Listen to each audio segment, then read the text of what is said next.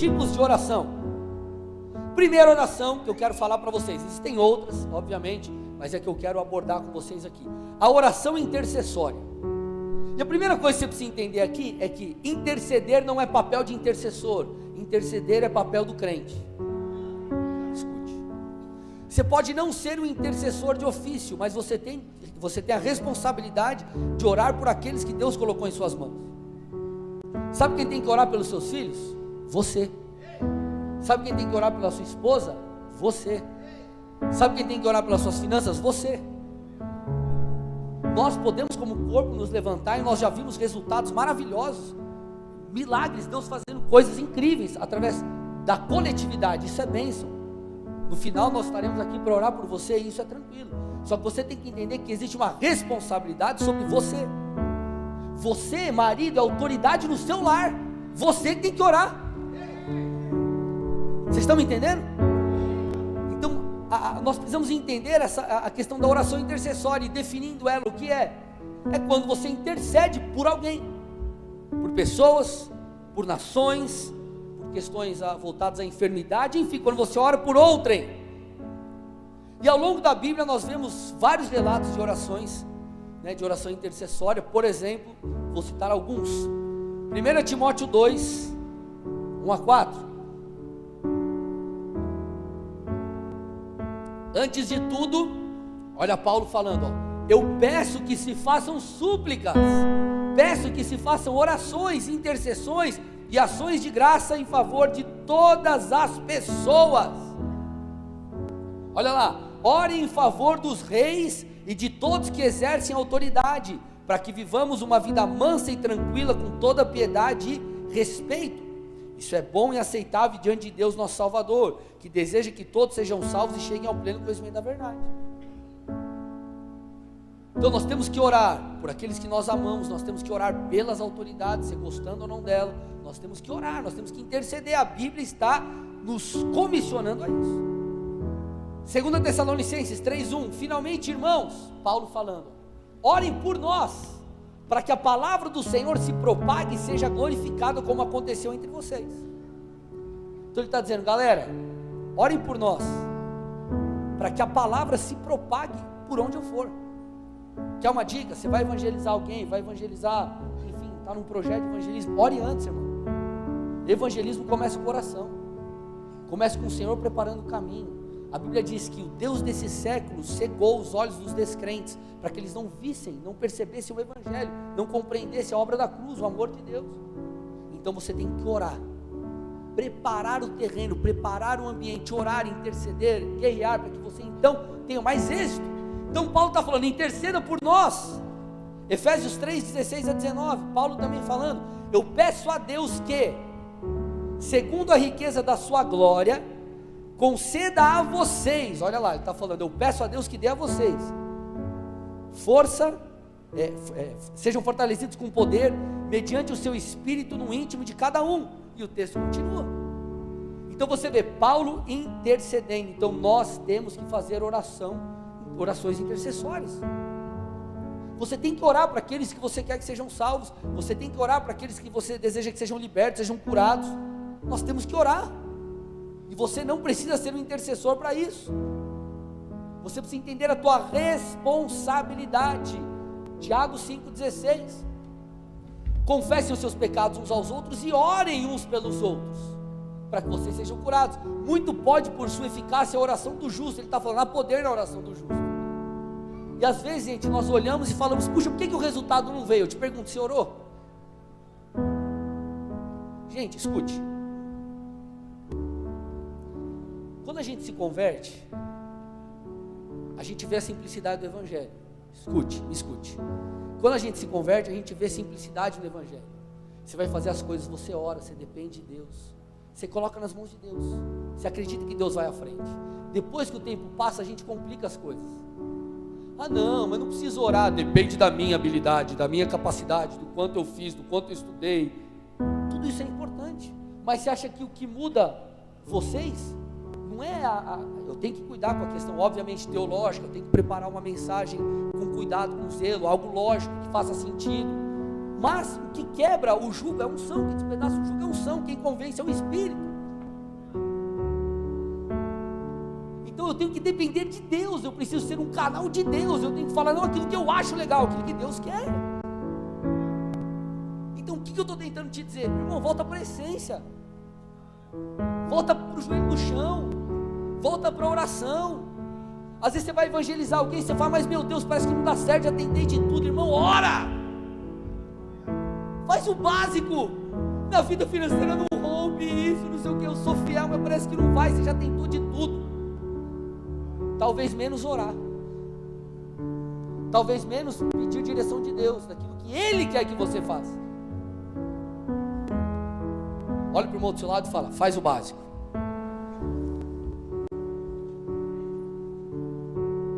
Então oração intercessória tem que fazer parte da sua vida, irmão. Cria a tua rotina. Eu tenho no meu escritório, assim, eu tenho uma parte da parede que eu tenho um monte de post-it.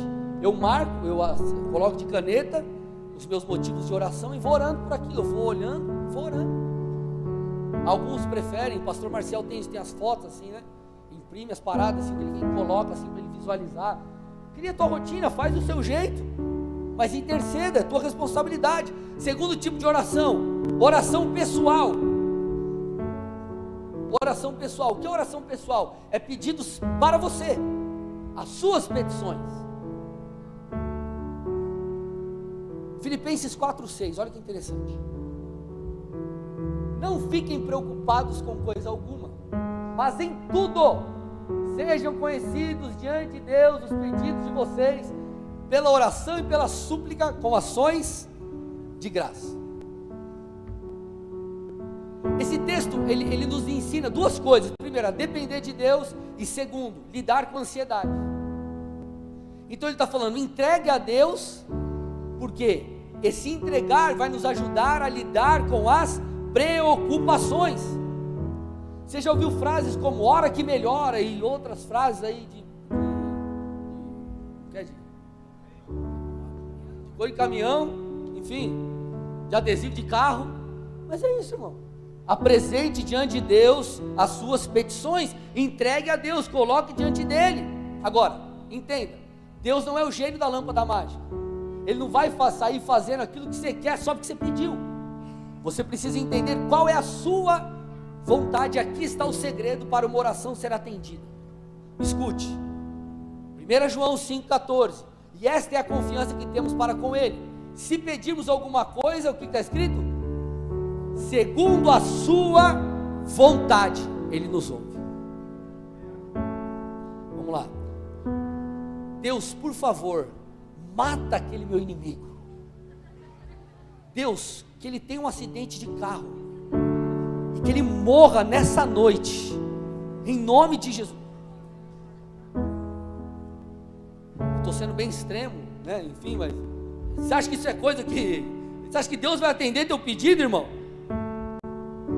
Você precisa orar segundo a vontade de Deus, óbvio, esse é um exemplo extremo, mas eu estou querendo te dizer que você precisa compreender o que é, ou qual é a vontade de Deus para a sua vida.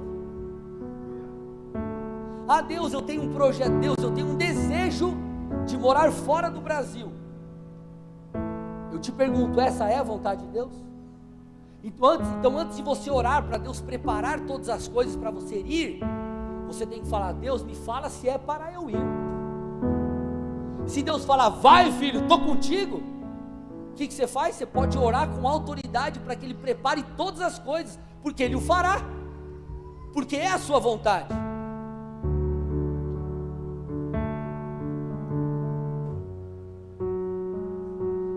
Então o texto está falando que se nós pedimos alguma coisa segundo a sua vontade, Ele nos ouve. O original grego aqui significa considerar o que está sendo dito. Então se você pedir segundo a vontade de Deus, Ele vai de fato levar em consideração o que você tem pedido. Ele vai falar, beleza, você está pedindo conforme a minha vontade, eu vou cumprir. Óbvio, do tempo dele, da maneira dele, mas Ele fará. Você tem um chamado, você começa a pedir, Senhor, me transforma, Deus. Faz de mim esse homem de Deus que o Senhor espera, transforma a minha vida. Ele vai te ouvir, Ele vai responder. Deus, eu preciso ser santificado. Você se humilha na presença de Deus, Ele vai fazer. Deus já apontou um direcionamento profético em relação a alguma área da sua vida. Você pode orar com autoridade, porque Ele fará. Agora, se você ficar orando sem saber qual é a vontade de Deus, você vai fazer o quê? Você vai tentar fazer a mandinga gospel, irmão. E não dá certo essa coisa não. Tiago, ele afirma algo muito interessante. Olha lá, Tiago 4,13. Escutem agora vocês que dizem: hoje ou amanhã iremos para a cidade tal e para lá, e lá passaremos um ano e faremos negócios e teremos lucros. Vocês não sabem o que acontecerá amanhã. O que é a vida de vocês? Vocês não passam de neblina que aparece por um instante e logo se dissipa. Em vez disso deveriam dizer: se Deus quiser. Olha para o irmão do seu lado e fala: se Deus quiser. Se Deus quiser, não só viveremos, como também faremos isto ou aquilo. O que ele está dizendo aqui nesse texto é mais ou menos o seguinte: nós fazemos vários planos, mas no final das contas, quem decide é o Senhor. A última palavra procede da boca do Senhor. Se Deus quiser, isso vai acontecer. Então ele está querendo dizer: existe alguém que está acima de nós, existe alguém que é soberano, então nós temos que estar submissos a Deus. Vocês estão aqui, gente? Agora, pastor, beleza, você falou esse lance aí de saber a vontade de Deus, mas como que eu descubro a vontade de Deus? Porque a gente entendeu uma chave poderosa que é: se eu orar segundo a vontade de Deus, eu terei resposta, eu receberei aquilo que foi pedido, ou enfim, vai acontecer. Eu posso crer que Ele vai atender o meu pedido no seu tempo e a sua maneira, mas vai acontecer. Agora, como que eu descubro qual é a vontade de Deus? Duas formas. A primeira delas, palavra. Nem tudo está na Bíblia, mas muitas coisas estão na Bíblia. Por exemplo, será que eu divorcio da minha esposa? Mas o que ela fez? Você, não, ela não fez minha comida hoje. Tipo assim, Deus odeia o divórcio. Então tem muitas coisas que estão ali na palavra. Mas o que eu faço, Deus? Eu pago mal com mal ou pago mal com bem? Está na Bíblia, irmão. Então o que eu estou tentando te dizer? Muitas coisas estão na Bíblia. Preceitos morais estão na Bíblia. Regras morais estão na Bíblia. Regras de conduta para casamento, para como lidar muitas vezes com os funcionários, com o teu chefe. Muitas coisas estão na Bíblia, mas nem tudo está na Bíblia. Como assim nem tudo está na Bíblia? Eu dei o exemplo: mudo para fora do país ou não? Mudo de emprego ou não? Isso é coisa que não está na Bíblia, irmão. Segundo André, capítulo 3, versículo 5, mude de emprego. Isso aí não tem como você saber. Não tem na Bíblia. Então o que você tem que fazer? Orar. Orar.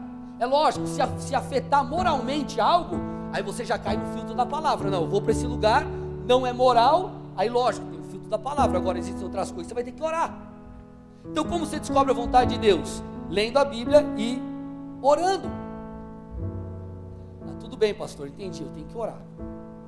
Mas como que Deus fala comigo? Como que Deus fala comigo? Duas formas de Deus falar com você ou responder a essas orientações que você precisa. Primeira delas, Deus pode colocar um desejo em seu interior. Escute. Um dos pontos bíblicos de resposta é o desejo. Mas eu vou te explicar, você precisa prestar atenção aqui para você não achar que eu estou falando besteira, ou heresia, ou saindo da palavra. Me escute. Filipenses 2,13 diz: porque Deus é quem efetua em vocês tanto o querer como o efetuar, segundo a sua boa vontade. Ou seja, o texto está dizendo: Deus, Ele imputa em nós o desejo de fazer aquilo que Ele quer. Então, por exemplo, eu nunca imaginei ser um pastor, mas Deus colocou em mim. Quando eu soube, eu recebi a direção que eu seria um pastor, Deus começou a mudar meu coração. Quantos de vocês depois começaram a caminhar com Cristo, Ele começou a mudar teu coração e começou a gerar desejos em você que você nem tinha? Desejo de servir no ministério, desejo, enfim, de N coisas. De N coisas. Deus opera em nós isso. Ele opera no nosso interior. Ele coloca desejo. Então nosso papel é orar: Senhor, me dá o desejo segundo a sua vontade. E essa é a chave, segundo a sua vontade. Por quê? Porque o próprio Satanás pode colocar desejo no seu coração. Vamos lá? Você deu a pira, eu dei o exemplo, vou repetir de novo. Vou mudar de país. Vou mudar, você colocou na cabeça e veio aquele desejo. O que você tem que fazer? Orar, irmão. Porque esse desejo pode ser Deus colocando, ou não pode ser Deus colocando. O que vai te mostrar? O tempo, e à medida que você ora, você vai discernir. Se aquilo for de Deus, vai permanecer. Se não for, vai sair. Deus vai abrindo portas, vai fechando portas. Nisso você vai discernindo todas as coisas. Então, gente, eu estou mastigando aqui, a palavra é beabá para vocês entenderem. Vocês estão aqui ou não? Então você vai pedir para Deus mover no seu coração, mas entendendo, o coração do homem também é enganoso. Então você vai filtrar aquilo que você sente, vai submeter a Deus em oração aquilo que você sente, ok? Mas uma das formas é essa de Deus falar conosco. E segunda forma de você compreender como Deus está te respondendo é através de sinais. Deus pode te dar sinais, além daquilo que é o aspecto interior. Eu não sou muito fã desse tipo de resposta, porque eu acredito que à medida que a gente caminha com Deus, a gente precisa aprender a discernir a sua voz, senão a gente vai ser um crente Gideão eternamente, né? Põe a lã, molha a lã, tira a lã seca, lã molhada, e fica naquela coisa. Mas Deus, Ele pode nos dar sinais, principalmente quando envolver coisas que são o nosso desejo. Por exemplo, quando a gente estava para mudar para esse barracão, 4 anos e meio atrás mais ou menos, nós sempre oramos: Deus, mostra a tua vontade, tua vontade, tua vontade, tua vontade, tua vontade. Um líder da igreja na época teve um sonho, gente, com esse lugar, mas com os detalhes assim incríveis, a altura do pé direito, e a visão que ele teve é como se fosse tipo um Google Maps assim. Ele falou: parece que tem um bosque assim atrás da igreja. Se você entrar no Google, você vai ver que tem essas árvores, tem tudo aqui, parece tipo um bosquezinho. Então várias e várias coisas. Deus usou o profeta Amaro na época. Eu tinha falado para a igreja, se eu não me engano, num domingo, sobre a mudança. Na segunda-feira, recebo uma mensagem de manhã do profeta Amaro. Ele falou assim: ô meu filho, quem conhece ele, né? Ô meu filho, estava aqui no culto e lembrei de você. E deixa eu te falar uma coisa, pode avançar, o negócio é de Deus, vai embora, Deus está contigo. Quem conhece o profeta Amaro sabe que ele é muito específico. Então assim, eu acordei com aquela mensagem, e nisso Deus foi testificando e a gente avançou, entendendo que era a vontade de Deus. Agora, por que foi importante? Porque uma mudança de prédio, ela mistura as nossas emoções, porque o nosso desejo era mudar. Só que aí, Deus, é a tua vontade ou não é? É tipo assim, você chega na loja de carro e você está com dinheiro e você fala: deixa eu contar para vocês não sabem dessa. Faltava 6 meses para eu casar, 2009, tinha recém recebido a primeira parcela, 13º. Cheguei no shopping, 6 meses para casar, irmão. Quem vai casar sabe que R$10 é tipo cotação no euro. R$10 vale tipo R$70 para quem vai casar, né? E eu olhei uma loja assim de videogame, tinha uma tela assim, grande, passando FIFA. Olhei para aquilo, aí olhou para mim, aí a tela da TV deu um sorriso. Falou: parcele.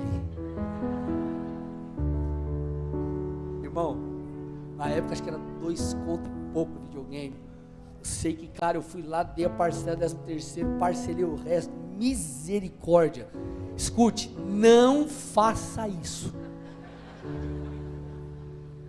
Amor, o pastor falou de púlpito, então está autorizado. Não, meu irmão, não faça isso, não siga o meu exemplo. Mas por que eu estou te falando? Quando confunde com as nossas emoções, a gente tem a tendência de fazer.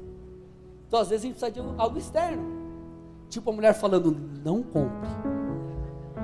Não sei quantos viram esses dias a um post, quem manda em casa são os maridos. Aí estava fonte, Datafolha. Eu olhei aqui, eu falei: meu misericórdia, meu. Então você precisa da mulher falando: não. Por que eu estou te falando isso? Às vezes essas questões externas, elas são como um freio para nós. Então nós precisamos às vezes de sinais, às vezes você vai pedir um sinal. Só que toma cuidado com aquilo que você vai pedir para Deus, tudo bem?